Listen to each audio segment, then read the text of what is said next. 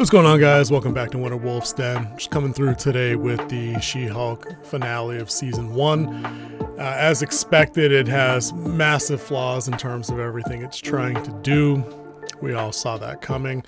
I think it's really just in par with how the show has gone for the entirety of Season 1. But admittedly, much like the previous episode, they gave me a little bit more insight into some of the thought processes that went into how they ended up on the show that they ended up on. We're going to get that in due time. I'm going to rip through the timeline real quick and let you guys know what's going on with the episode.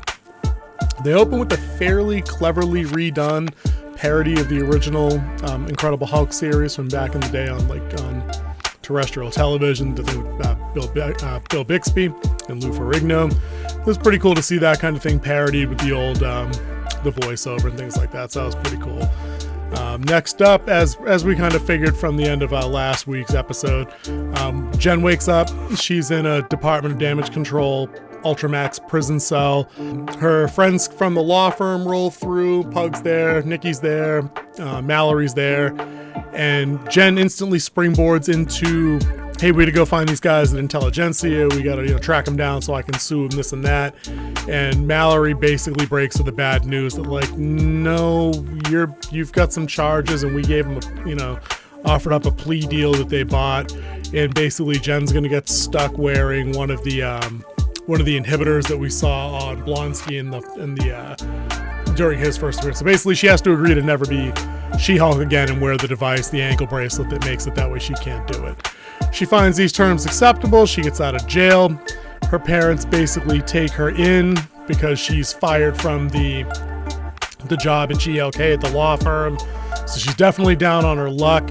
She's getting harassed outside her house by paparazzi and media. So she decides to vacate the premises and move back into mom and dad's. Not a move that anybody would really find any fault with. Mom and dad are good to her. They have a little bit of a run at her about having repurposed the room she grew up in, but all in all, she's settling in, and we get that it's definitely it's a low point in her life.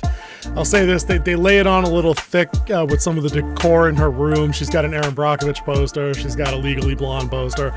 Like, we get it, you're inspired by female fucking lawyers, but okay, whatever. Like, you could have been a little bit more not straight up hand-fisted with that, but that's the route you went.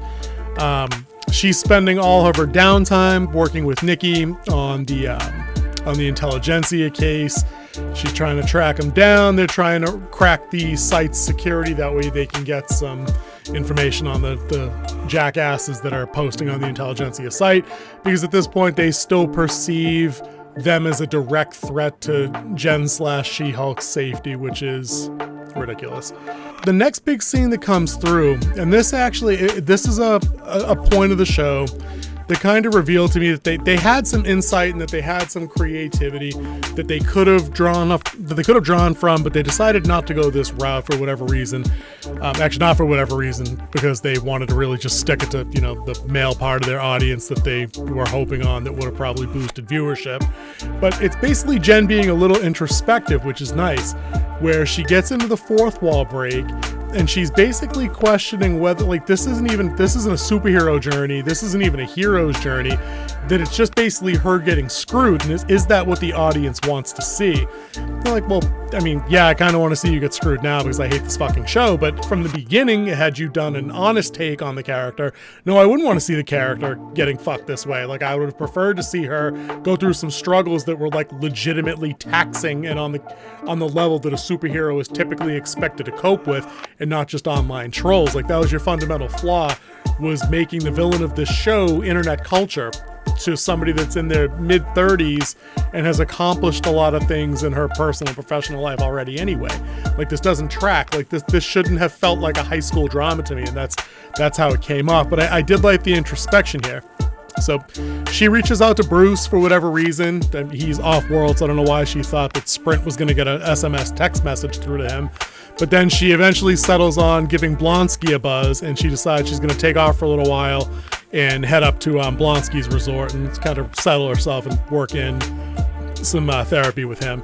Meanwhile, the B story takes off a little bit here, and it's Nikki and Pug working together to go, not really undercover per se, but they borrow an old home video of Jen dancing at a college party when she was in law school and post it to the Intelligentsia site, where then Nikki gets invited to actually show up to like the event that they're having.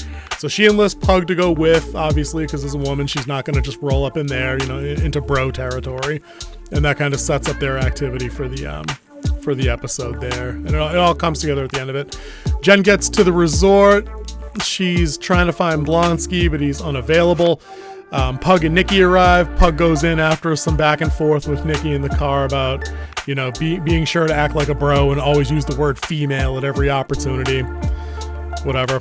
And this is where the episode takes on a level of cringe that really it hadn't hit for me. Like, it's always been cringe, but this really ratchets it up a couple notches. Every guy in attendance at this function, as expected, because it's supposed to be a collection of dickweeds, says every stupid, cliched, stereotypical, on the nose, overused, like every complaint that you could throw down about, you know, guys communicating online makes an appearance here. We even have this one dickhead who complains that that She-Hulk shouldn't be Hulk because they already have a Hulk and it's not a he-Hulk, and that she didn't earn her powers, so she shouldn't be allowed to have them. And you kind of like, dude, this is a world that has actual superheroes in it. Like, you would only apply that measure of logic to fictional characters in your world. So if you live in She-Hulk world where she's a real thing, you're not saying stupid shit like that. Like, you'd be saying stupid shit about, like, you know, completely fictional characters, like, I don't know, like Glass Man or something. You know, that he didn't earn powers or she didn't earn powers, but she's real, and you live in a world that's had those galactic level threats, and you know you need everybody on deck that's a good person to help keep people safe and protect against those threats. So the whole bit comes across as super fucking cringe, but it's exactly what the writers wanted. They wanted 30 of these jackasses in a room, that way they could make it look like they're actually a significant threat to democracy, which is the most laughable fucking thing I've ever heard. But the takeaway from the scene here is that it's revealed that Todd, the rich dickhead that she had been out with a couple of times through the Matcher app, and then the one that kind of called her out on the late night rendezvous in the last episode under professional pretenses, that he's the Hulk King.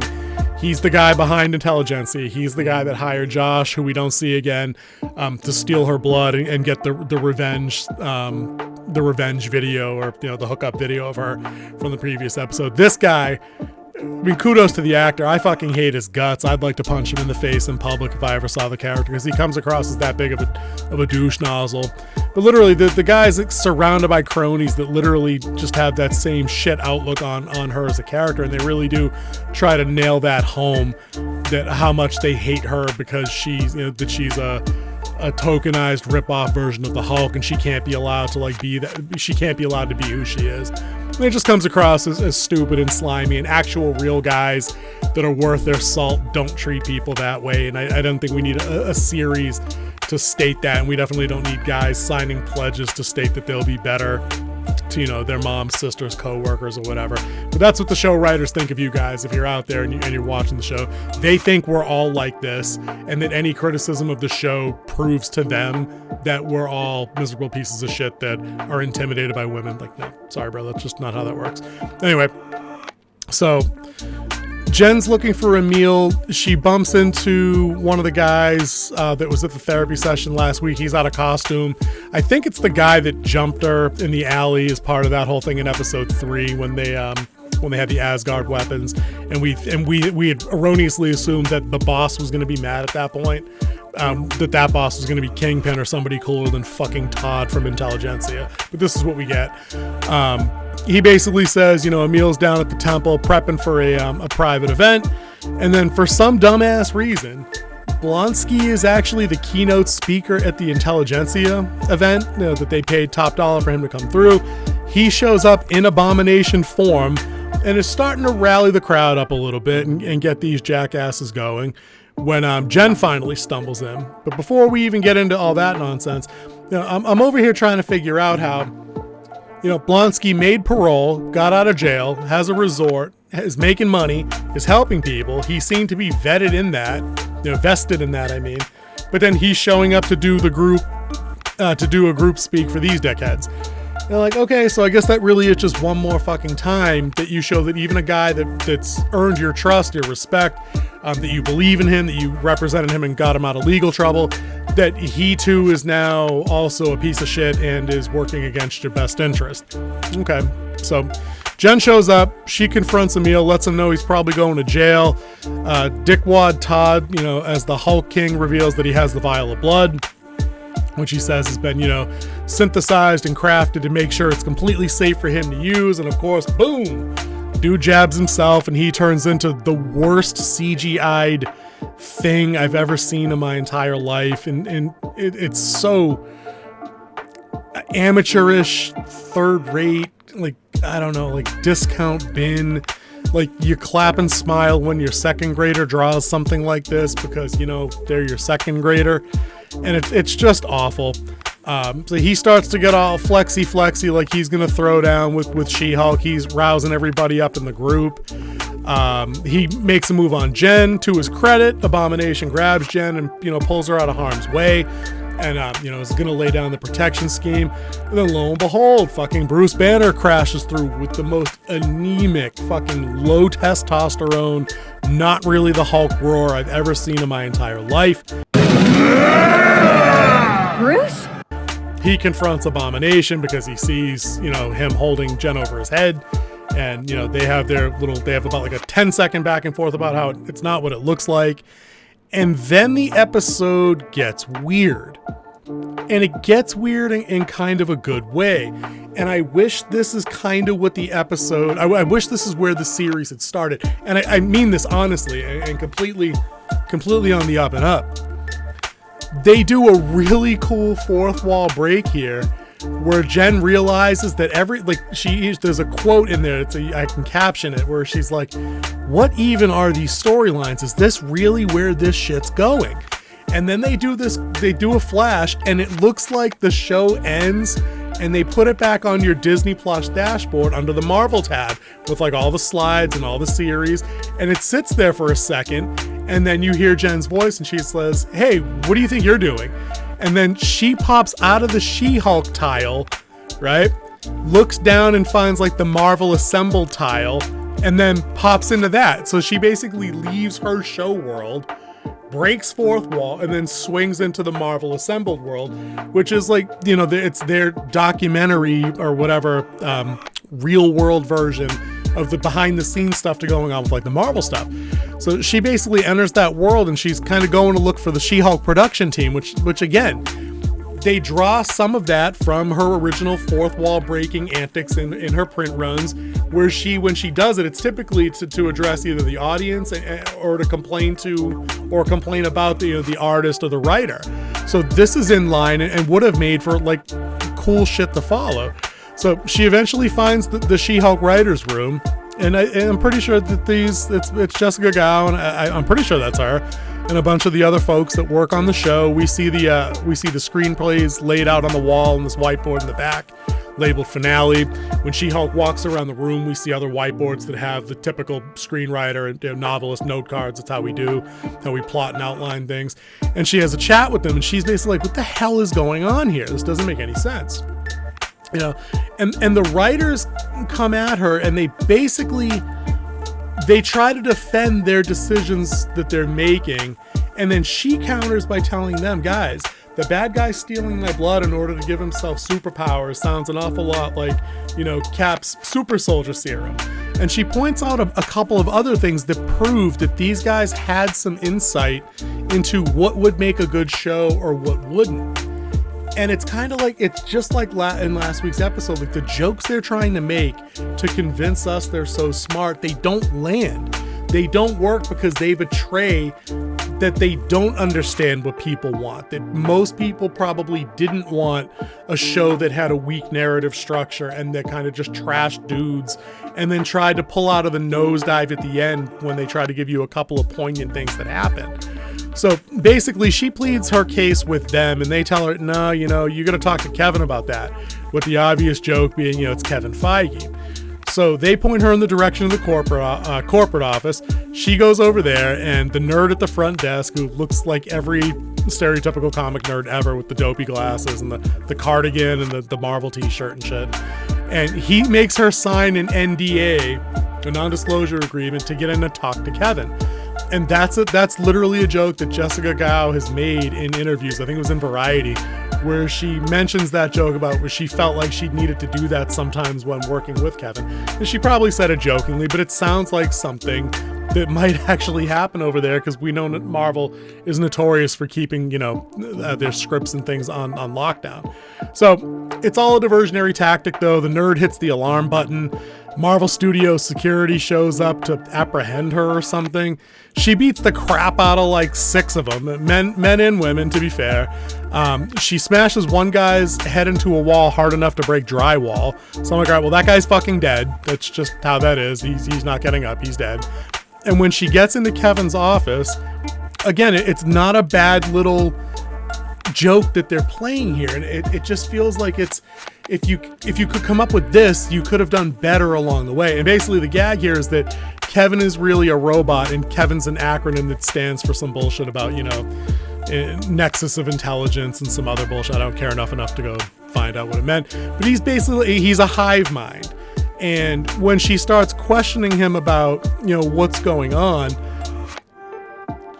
they have a joke where he asks her to Hulk down because the budget ran out, and that, she needs to Hulk down off camera and have the conversation as Jen. And I'm like, again, that's insight, and it could be funny, but you went so far out of your way leading up into the show's launch, defending the shit CGI that you had and trying to gaslight us into thinking we were the problem with pointing out how shitty it looked and how you were on a tight budget.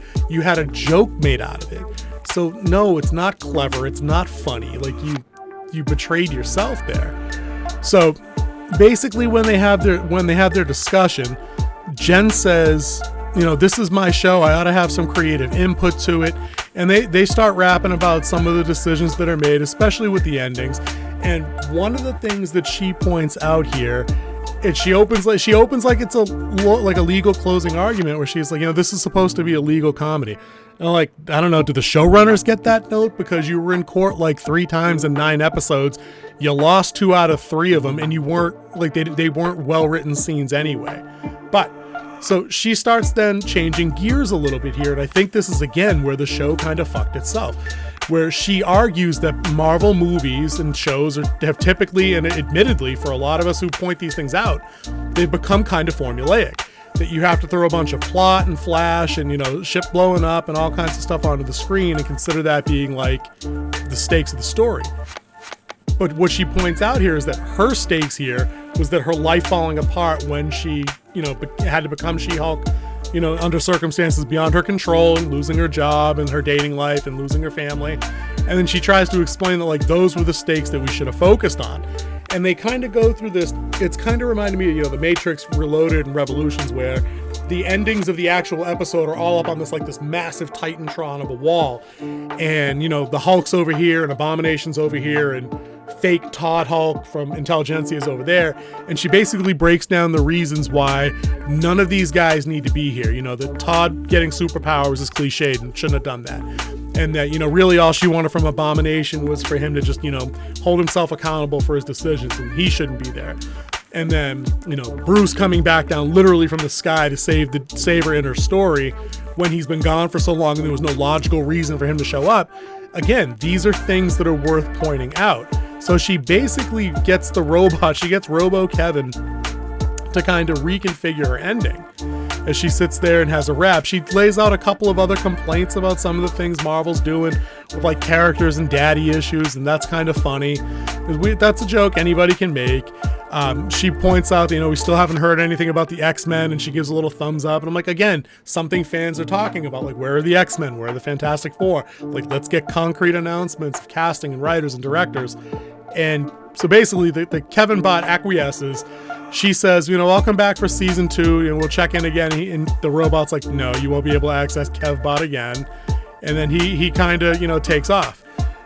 When he's done, it's like she doesn't read, they don't do another fourth wall break back into her world, but she's basically back in She-Hulk form at the retreat. Blonsky's taken into custody because he's basically signing a confession on the spot that he broke out to go do, that he took the bracelet off to become Abomination to go to the event. So he sets himself into jail. She confronts Todd, who expects her to kill him or something, which I guess is fair because she does seem kind of spastically violent when it suits her, but she basically promises him that she'll be taking legal action and breaking him down that way. And then literally Daredevil kind of just drops into the frame from like a tree or some shit. And, they reconvene because one of the things that, she had said to Kevin Bott was that, I'd like Daredevil to be back because, your girl's got needs, and, I'd be liking to smash some Matt Murdock. Like it's a bit cringy, but it kind of works in the moment, I guess, for what they're doing there. And then the episode swings us back to Jen's house with her parents. They're at a family cookout. Matt Murdock's there. They're all shooting the shit. The family's kind of giving him the rib, questioning him about, what about his practice, if he makes any money. Her dad's on point with being the overprotective dad. They treat him respectfully. So they do family okay in the scene. And again, it's one more example of where this should have been her stakes. The stakes should have been from the beginning that her family becomes involved in her life and her troubles after she becomes She-Hulk, or even before that, working through some of the organized crime cases that she should have been contesting and trying. And that those are her stakes, is keeping her people safe. Not that she can't go out and find a decent guy. Like, that's only interesting to that one little subset of viewers. And it feels a bit cheap and unearned at this point for them to try and pull that card out of the pocket and be like, oh yeah, well, my fan, like, you're not Vin Diesel, bro. Like, it doesn't work. You're not Dom. You don't get to be like family. I have family at this point. You haven't earned this at this point. It just doesn't work here. And then for some reason, again, the Hulk actually shows up in real life in her episode and says, I've been away on Sakaar for a while and I'm back now. Oh, also, here's my son, Scar. And then they walk up yet another CGI discount bin, high school graphics design course character model that looks straight off of like PS3. Like, so we're wasting Son of Hulk on this show? Okay, I guess. And then we wrap up. The last scene is Jen's going back to work for somebody because she's all lawyer suited up in She-Hulk form. She's heading into the courthouse. She catches an interviewer on the outside, and he asks her, what's the message here with you coming back to work? And she's, basically says, if you attack, harm, or harass innocent people, I'm coming for you. And the reporter asks her, you're coming for them legally, or the Hulk's coming for them? She goes, kind of sassy smile. She's like, maybe both. And, then we end and go to credits. And then the after credits scene here is Wong finally breaking Blonsky out of the Supermax, Ultramax. So there's literally no accountability in this show for anybody's wrongdoing. And I say that for anybody because I got ahead of myself, and you have to forgive me. It's getting late. But at the end of this episode here, where she's talking with the interviewer, there was voiceover as she's walking up to the steps to go back into court before he asked the question. We hear the voiceover mention that because she was the victim of the intelligentsia conspiracy, all the charges have been dropped. I'm like, I'm not sure that's how that works, and that shouldn't be how this shit works. Like, you don't get to lash out and destroy things and hurt people because somebody hurt you or somebody made you feel bad. That's just not how civilized society fucking works. And it's depressing that once again, an MCU show that, allegedly is trying to espouse, like positive empowerment values and things like that, just like they did to Wanda. They're basically saying you were hurt, so it's okay for you to hurt other people that were unrelated to the hurting of you. Like, I don't know if maybe somebody needs to slip a little bit extra experience or note cards or something into the writer's room. But guys, that's the villain's origin story. That's Magneto's origin story. You know what I mean? Like that's Bane's origin story. Bad things happen to supervillains and then they lash out. Bad things, when they happen to people that become superheroes, inspire them to achieve. They're inspired to help and assist and do better and be better and to give more. They're not inspired to go on, Hulk-induced homicidal rampages, that just wind up destroying private property and potentially hurt innocent people when you're throwing cars around while you have your temper tantrum. That's not how it's supposed to work.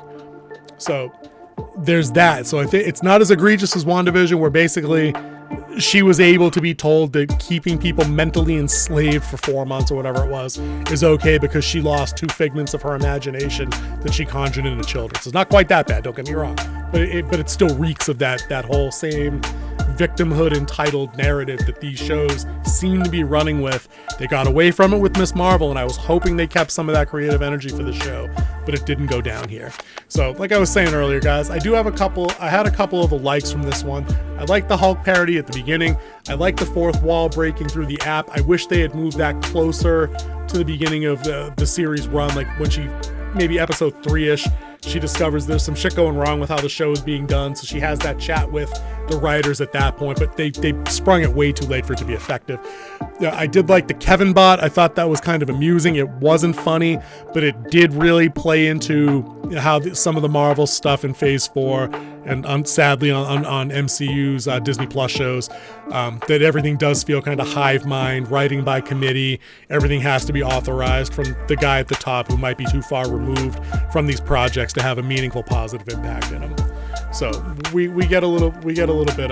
get some stuff to take away from that. Some of the dislikes, like I just laid out there at the end there, her being all about the family life works as an ending, but only if she's mentioned that she wished she could get back to some semblance of that along the way, and she never did. She was always single female lawyer living in the city, and it doesn't work at that point for them to just spring that out at the end, like, oh, I'm back where I always belong. That only works if you foreshadow that and sprinkle that in. Another big takeaway here is they tried to subvert it by having fake Talk Hod be the big boss that then Jen kind of writes out of the show on her own accord by saying, no, we're not going to do this because it's a stupid ending and it's been done with the blood being modified to give powers and shit. But that only works if you don't spend 4 episodes leading up into him being the big threat.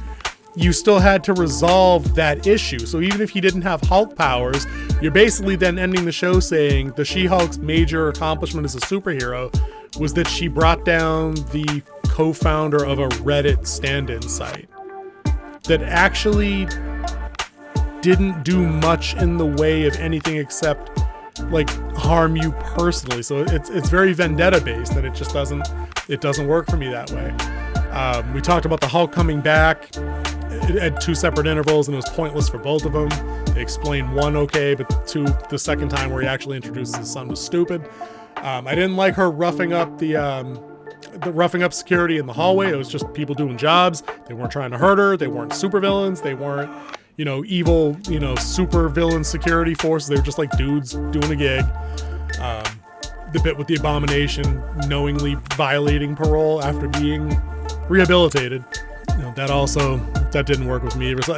There's going to be a point where they're going to sit down and think about if they're going to give this show a second season, because obviously they all get the opportunity, I think, to at least have it pitched. It's funny that there was an in-joke in the Kevin scene with the bot where she goes, I guess we could save that for the big screen, and he's like, there's not going to be a big screen, and she kind of looks bummed and disappointed, but we know she's probably coming to team up movies in the future. So this definitely isn't the end of Jen Walters as She-Hulk for sure.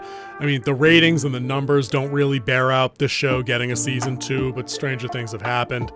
I don't see her ever getting a solo film. It would bomb probably on the level of the Eternals, would be my guess, and I don't think they want to risk the optics of that kind of thing. But guys, that's it for me. I'm glad the season is over. It hasn't been fun to watch. It has been semi-enjoyable to dissect and kind of just go over some of the gaffes that they've made along the way. I think my final takeaway from the show as a series is, if I'm going out of 5, I got to give it a 1.5. It's not good on a writing level. It's not good on a special effects level. There's not a lot of superheroing going on in here. I think that the trials and tribulations she goes to, while universally applicable to like any human being, like in terms of dating and being ghosted and things like that, they were never portrayed in a real way that that made it feel authentic. She came across a little insufferable in the early goings on, which made it hard to feel any kind of sympathy for her when those issues came up. So it wasn't particularly well thought out on a character level. Tatiana Maslany as the lead is perfectly fine. I got nothing positive to say about any of the supporting cast. Blonsky, Tim Roth, no. What's his face? Ruffalo is the Hulk. Nope. That's it. That ship has sailed for me also. And there really isn't a whole lot of other takeaways. The show wasn't big on laughs at all for me. A couple of bits and pieces that got the half smile, but there's nothing outrageously hilarious about this at all. So yeah, dude, 1.5 I think is about as high as I can go, and I think that's just because I did find a couple of creative spots along the way that kind of were like, oh, well, you could have done that, but you didn't because you wanted to remind everybody with the Y chromosome that we're awful, despite the fact that that's overwhelmingly ridiculous. That's it for me, guys. I appreciate you hanging around as long as you have. I'm looking forward to doing the next whatever Marvel has to offer up. It might be Wakanda Forever because I think they're out of shows for right now. But sub to the channel. I'd like to keep doing this. It's kind of fun. Comment below what you found enjoyable about the show, or if you agree with me that it really wasn't a whole lot to take away. Click the bell for the notifications if you don't mind. It really helps me gain a little bit of traction. But until then, I will see you guys in the next one.